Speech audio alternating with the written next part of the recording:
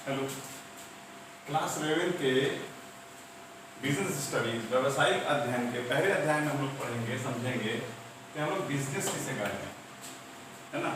अब बिजनेस को जो डिफाइन किया गया, व्यवसाय, इसको हिंदी में क्या बोलेंगे? व्यवसाय कहेंगे, व्यवसाय। तो व्यवसाय शब्द को समझेंगे पहले।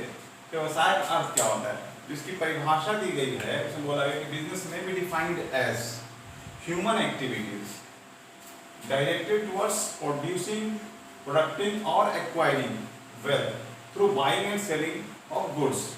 इसका मतलब क्या हुआ हिंदी में अगर समझेंगे, ये डिफिनेशन दिया हुआ है एल.एच. हैने का, और उन्होंने डिफाइन किया है व्यवसाय से आशय उन सभी मानवीय क्रियाओं से है जो वस्तुओं के क्रय और विक्रय से धन उत्पन्न अथवा धन प्राप्ति के लिए की जाती है। तो हम समझेंगे बिजनेस को सामान्य शब्दों में अगर समझेंगे, इसको जो उत्पत्ति हुई बोलते हैं हम लोग बिजी प्लस नेस। बिजी का मतलब क्या होता है? व्यस्त रहना, और नेस जो क्रिया लगातार करते रहेंगे व्यस्त रहने के लिए।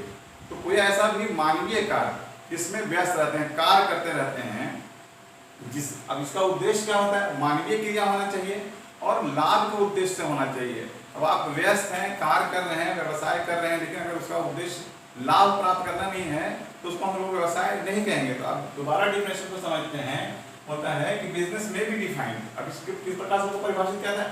As human activity. कौन सा कार्य होना चाहिए? ह्यूमन एक्टिविटी होना चाहिए, मानवीय क्रिया होना चाहिए। डायरेक्टेड टुवर्ड्स, किस ओर, किसके लिए? प्रोडक्टिंग और एक्वायरिंग, प्राप्त करने के लिए। किस चीज को? Wealth through buying and selling of goods, जो वस्तुओं का है, जो क्रय और विक्रय के माध्यम से, जो हम लोग धन प्राप्ति के उद्देश्य से वस्तुओं का क्रय और विक्रय करेंगे लाभ के उद्देश्य से, उसको कहेंगे हम लोग व्यवसाय। इसको हिंदी में इस प्रकार से डिफाइन किया गया है, व्यवसाय से आशय उन सभी मानवीय क्रियाओं से है जो वस्तुओं के क्रय और विक्रय से धन प्राप्ति अथवा धन उत्पन्न अथवा धन प्राप्ति के लिए किया जाता है। इस उद्देश्य के लिए हम लोग काम करते हैं तो उसको हम लोग कहेंगे व्यवसाय। तो व्यवसाय का अर्थ यही हो गया। ये डिफिनेशन भी आप याद रखिए, एल.एच. हैने का है। कुछ और डिफिनेशंस बुक से भी आप देख करके उसको याद कर सकते हैं। इसका अर्थ यही होता है। अब इसकी कुछ विशेषताएं हैं। किसी भी कार्य को जब हम करते हैं, उसकी जब डिफिनेशन पढ़ते हैं तो कुछ ना कुछ विशेषता निकलता है। विशेषता में क्या बोला है? देखिए, सबसे पहले डिफिनेशन में ये पढ़ेंगे हम लोग, तो बोला है मानवीय क्रिया होना चाहिए। और मानवीय क्रिया किस प्रकार का होना चाहिए? आर्थिक होना चाहिए। आर्थिक क्रिया किसको कहते हैं? वह कोई भी कार्य जो मानव के द्वारा धन प्राप्ति के लिए किया जाता है उसको बोलते हैं आर्थिक क्रिया। और अनार्थिक में क्या हो जाएगा? अनार्थिक क्रिया किसको बोलते हैं? जो कार्य तो करता है मानव, लेकिन धन प्राप्ति के उद्देश्य से नहीं करता है। जैसे अगर कोई शिक्षक अपने बच्चों को पढ़ाता है तो वह धन प्राप्ति के उद्देश्य से नहीं पढ़ा रहा है, लेकिन वही शिक्षक अगर कहीं पे पारिश्रमिक के बदले में पढ़ाता है तो वह मानवीय आर्थिक क्रिया कहलाएगा। तो ये जो व्यवसाय होता है, यहाँ पर व्यवसाय में वस्तुओं का क्रय विक्रय होगा, ध्यान रखेंगे। तो वस्तुओं के क्रय विक्रय में कोई भी क्रिया जो कर रहे हैं, जो इसका उद्देश्य क्या होना चाहिए? धन प्राप्त करना, तो आर्थिक क्रिया होना चाहिए। तो इसका पहला विशेषता क्या लिख सकते हैं हम लोग कि मानवीय आर्थिक क्रिया होना चाहिए। दूसरी विशेषता इसमें बोला गया है विनिमय संबंधी क्रिया। विनिमय किस चीज का? आदान प्रदान होना चाहिए। किस चीज का? मुख्य रूप से वस्तुओं का होता है। तो वस्तुओं का यहाँ पे आदान और प्रदान होना चाहिए। विनिमय, बिना वस्तु के हम लोग उसको व्यवसाय नहीं कहेंगे। तीसरा है इसका, देखिए उद्देश्य क्या होता है? सबसे प्रमुख उद्देश्य है लाभ अर्जन के लिए। अगर लाभ का उद्देश्य नहीं है, बिना लाभ के उद्देश्य से अगर हम लोग कोई काम कर रहे हैं, यहाँ पे वस्तुओं का लेन देन कर रहे हैं, क्रय विक्रय कर रहे हैं, फिर समाज सेवा के लिए कर रहे हैं, इसको व्यवसाय बिल्कुल नहीं कहेंगे। तो तीन यहाँ पे पहले मैंने बता दिए, मानवीय क्रिया होना चाहिए, और वह मानवीय क्रिया किस प्रकार का होना चाहिए? आर्थिक होना चाहिए। दूसरा विनिमय संबंधी, वस्तुओं का लेन देन होना चाहिए, या सेवा का भी हो सकता है। तीसरा क्या है? लाभ अर्जन उद्देश्य होना चाहिए। अब नेक्स्ट पॉइंट हम लोग समझेंगे अनिश्चितता और जोखिम। देखिए, लाभ को उद्देश्य से जरूर किया जाता है इस कार्य को, लेकिन ये कभी कभी क्या होता है, लाभ के बदले हम लोग को हानि हो जाता है, तो इसी को जोखिम बोलते हैं। व्यवसाय में अगर जोखिम शब्द समझेंगे हम लोग, जोखिम शब्द को समझेंगे, रिस्क को समझेंगे, तो रिस्क को बोला जाता है कि वह कोई यहाँ पे जो हानि होने की संभावना, व्यवसाय में हानि होने की संभावना को जोखिम कहते हैं। अब ये जोखिम किन किन कारणों से हो सकता है? अब कोई राजनीतिक कारण भी हो सकता है, प्राकृतिक कारण भी हो सकता है, या कोई अन्य कारण हो सकता है। किसी भी कारण से, मानवीय कारण भी हो सकता है जैसे चोरी हो जाना, प्राकृतिक कारण जैसे अधिक अतिवृष्टि, बहुत ज्यादा बारिश हो जाना इत्यादि, और राजनीतिक तो समझ रहे हैं, राजनीतिक कारणों से भी कभी कभी व्यवसाय में हानि होती है।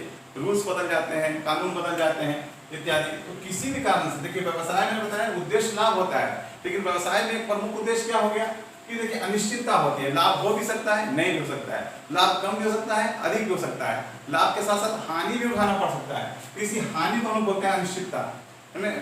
हानि को तो जोखिम बोलेंगे, हानि होने की संभावना को जोखिम बोलेंगे, लेकिन यहाँ पे व्यवसाय में क्या होता है, जरूर व्यापारी जरूर सोचता है, व्यवसायी सोचता है कि नहीं हम लाभ के उद्देश्य से ही काम करें, लेकिन अनिश्चितता है, कम भी हो सकता है, ज्यादा हो सकता है, नहीं हो सकता है, हानि भी हो सकती है। और एक बहुत इंपॉर्टेंट पॉइंट है यहाँ पर देखिए, निरंतर क्रिया होनी चाहिए, कंटिन्यूटी होनी चाहिए, रेगुलरिटी होनी चाहिए व्यवसाय में। अगर व्यवसाय में निरंतरता नहीं है, अगर मान लो हम कहीं से पेन खरीदें, इसको बेच दें, 10 रुपये में खरीदा, 11 रुपये में बेच दें, 12 रुपये में बेचें, लेकिन मेरा हमेशा का काम नहीं है, तो इसको व्यवसाय कहेंगे क्या? व्यवसाय नहीं कहेंगे इसको। मैंने कोई सामान मंगवाया और उसको बेच दिया, कभी कभार ऐसा कभी कभी कर लेते हैं, तो इसको हम लोग बिजनेस नहीं कहेंगे। बिजनेस में क्या है, कंटिन्यूटी होनी चाहिए। व्यवसाय में लगातार आप उस कार्य को करते रहते हैं। जैसे आपने कोई दुकान खोला है या कहीं सामान ला करके रेगुलर बेसिस पे आप उसको बेचते हैं, हमेशा इस काम में लगे रहते हैं, तभी उसको व्यवसाय कहेंगे। देखिए इस डिफिनेशन में नहीं है ये शब्द, लेकिन इसके बहुत इंपॉर्टेंट डिफिनेशन में इंपॉर्टेंट पॉइंट है इसका कि निरंतर होना चाहिए वह कार्य। कभी कभार अगर कोई काम करता है कोई व्यक्ति इस प्रकार, उसको व्यवसाय नहीं कहा जाएगा। नेक्स्ट इसमें एक पॉइंट हम डाल सकते हैं, समाज के लिए लाभदायकता होना चाहिए। जो व्यवसाय है वो समाज के लिए उपयोगी होना चाहिए। और समाज के लिए किस प्रकार का, जिस वस्तु का भी व्यापार कर रहे हैं आप, तो वो समाज का अहित उससे नहीं होना चाहिए। जैसे अच्छे किस्म की वस्तु होनी चाहिए और खराब किस्म की वस्तु नहीं होनी चाहिए इत्यादि। वैधानिकता का गुण होना चाहिए। अब एक इसमें विशेषता में हम देखेंगे इसमें वैधानिक भी होना चाहिए और समाज के लिए लाभकारी भी होना चाहिए। ये पॉइंट्स हैं हमारे व्यवसाय में की विशेषताएं में। व्यवसाय का अर्थ मैंने बताया और फिर मैंने बताया कि विशेषता क्या क्या हो सकता है इसका। नेक्स्ट हम लोग एक और वर्ड समझेंगे कि यहाँ पे मैंने लिखा है प्रोफेशन, पेशा। अब पेशे में भी क्या होता है, लोग कार्य करते हैं, लेकिन कार्य करने के बदले में यहाँ पारिश्रमिक आवश्यक होना चाहिए, तभी उसको पेशा कहेंगे। देखिए यहाँ पर वस्तुओं का लेन देन करके मुख्य रूप से आप धन अर्जित करते हैं, लेकिन पेशे में वस्तु का क्रय विक्रय नहीं होता है।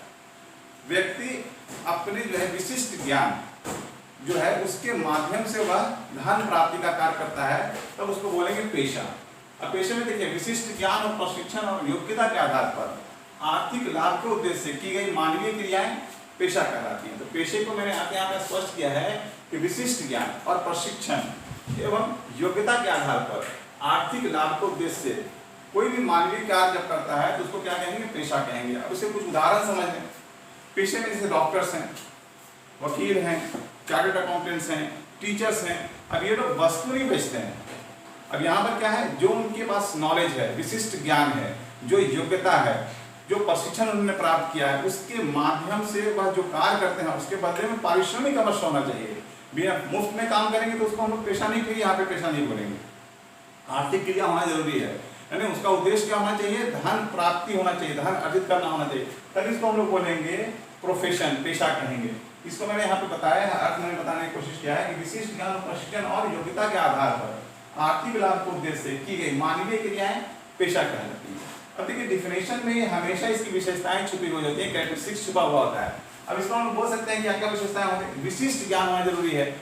किसी भी पेशे के अंदर विशिष्ट प्रकार का जो ज्ञान होता है उसके पास होना चाहिए। सामान्य ज्ञान के आधार पे अगर कोई व्यक्ति कोई कार्य करता है उसको पेशा नहीं कहेंगे हम लोग। तो पेशे के लिए विशिष्ट ज्ञान होना चाहिए। जैसे डॉक्टर हैं तो डॉक्टर के पास क्या है, विशिष्ट ज्ञान है। वकील हैं उनके पास विशिष्ट ज्ञान है। इस प्रकार से हम कहेंगे कि पेशे की पहली विशेषता अगर लिखेंगे तो लिखेंगे हम लोग विशिष्ट ज्ञान। दूसरा क्या है, पेशे में प्रशिक्षण भी जरूरी होता है। जब भी कोई व्यक्ति पेशे का कार्य करता है तो उससे पहले विशिष्ट ज्ञान के लिए क्या करता है, वो प्रशिक्षण प्राप्त करता है। आज देखेंगे तो बहुत सारी संस्थाएं खुली हुई हैं जहाँ इस प्रकार के प्रशिक्षण का कार्य दिया जाता है। इस प्रकार से हम कहेंगे प्रोफेशन के लिए या पेशे के लिए विशिष्ट ज्ञान के साथ साथ प्रशिक्षण आवश्यक है और योग्यता। जब इन दोनों चीजों को प्राप्त करता है, विशिष्ट ज्ञान और प्रशिक्षण प्राप्त कर लेता है, विशिष्ट ज्ञान होता है, योग्यता उसके अंदर आती है, तब वो पेशे का कार्य करता है। पेशे का भी मैंने बताया भी था कि इसके लिए क्या है, आर्थिक लाभ के उद्देश्य से कार्य होना चाहिए, आर्थिक क्रिया होना चाहिए। अगर कोई फ्री में किसी के लिए प्यार से स्नेह से जो कार्य करता है फ्री में विदाउट कॉस्ट, बिना कोई पारिश्रमिक लिए, तो उसको हम लोग पेशे की कैटेगरी में नहीं रखेंगे, पेशा नहीं बोलेंगे उसको हम लोग। तो आर्थिक लाभ उद्देश्य होना चाहिए, आर्थिक क्रिया होना चाहिए यहाँ भी कि नेक्स्ट पॉइंट क्या है, मानवीय क्रिया होना चाहिए। पेशे का कार्य कौन करेगा? मनुष्य करेगा। तो मानवीय क्रिया भी इसके लिए होनी चाहिए। तो विशेषताओं में हम लोग लिख सकते हैं विशिष्ट ज्ञान, प्रशिक्षण, विशिष्ट योग्यता और मानवीय क्रियाएं, आर्थिक उद्देश्य, इस विशेषता में लिखेंगे। नेक्स्ट हम लोग समझने की कोशिश करेंगे एम्प्लॉयमेंट किसको कहते हैं। अब दो व्यक्तियों के बीच में जब इस समझौते के आधार पर कोई कार्य करता है कि एक व्यक्ति दूसरे के लिए सेवाएं प्रदान करता है, तो इसको बोलेंगे हम लोग रोजगार या एम्प्लॉयमेंट। अब यहाँ भी देखेंगे तो ये भी कौन सा कार्य है? मानवीय क्रिया यहाँ भी होता है। एम्प्लॉयमेंट में भी कौन करता है? रोजगार का काम कौन करेगा? व्यक्ति करेगा। यहाँ भी आर्थिक होना चाहिए, क्योंकि वो जब कार्य करता है तो उसके बदले में उसको भी पारिश्रमिक मिलना आवश्यक होता है।